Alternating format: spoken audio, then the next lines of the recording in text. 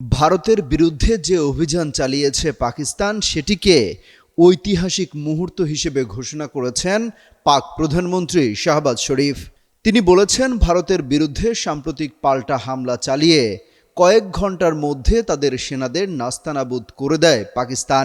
এর মাধ্যমে ভারতের বিরুদ্ধে পাকিস্তান 1971 সালের যুদ্ধের প্রতিশোধ নিয়েছে।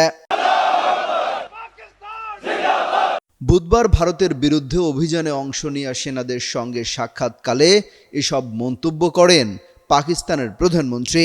সেনাদের উদ্দেশ্যে তিনি বলেন, ইতিহাসে চিরন্তনভাবে থাকবে কিভাবে কয়েক ঘন্টার মধ্যে পাকিস্তানের রক্ষীরা ভারতের আগ্রাসন ঠেকিয়ে দিয়েছে।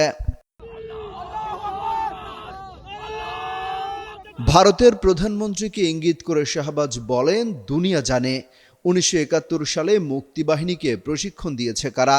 এখন তারাই বালুচ লিবারেশন আর্মি সহ বিভিন্ন সংগঠনকে সমর্থন দিচ্ছে, যা নরেন্দ্র মোদির কাছ থেকে আসছে। পাকিস্তানের প্রধানমন্ত্রী বলেন, মোদি আপনার জ্বালাময়ী বক্তব্য আপনার কাছে রাখুন। পাকিস্তান এই অঞ্চলে শান্তি চায়, কিন্তু আমাদের শান্তি চাওয়ার বিষয়টিকে দুর্বলতা ভাববেন না। পাকিস্তানে ভারতের পানি প্রবাহ বন্ধের হুমকির জবাবে শাহবাজ বলেন, যদি ভারত পাকিস্তানে পানি বন্ধ করার চিন্তা করে তাহলে জেনে রাখুন, পানি ও রক্ত একসঙ্গে বইতে পারে না। এটি আমাদের সীমারেখা, যেটিতে কোনো ছাড় দেওয়া হবে না। কাশ্মীরের পেহেলগাম কাণ্ডের জেরে পাকিস্তানকে দায়ী করে অপারেশন সিঁদুর অভিযান চালায় ভারত। এতে পাকিস্তানের বহু বেসামরিক নাগরিকের মৃত্যুসহ স্থাপনা ধ্বংস হয়েছে। পাল্টা জবাবে অপারেশন বুনিয়ান ও মারসুস চালায় পাকিস্তান।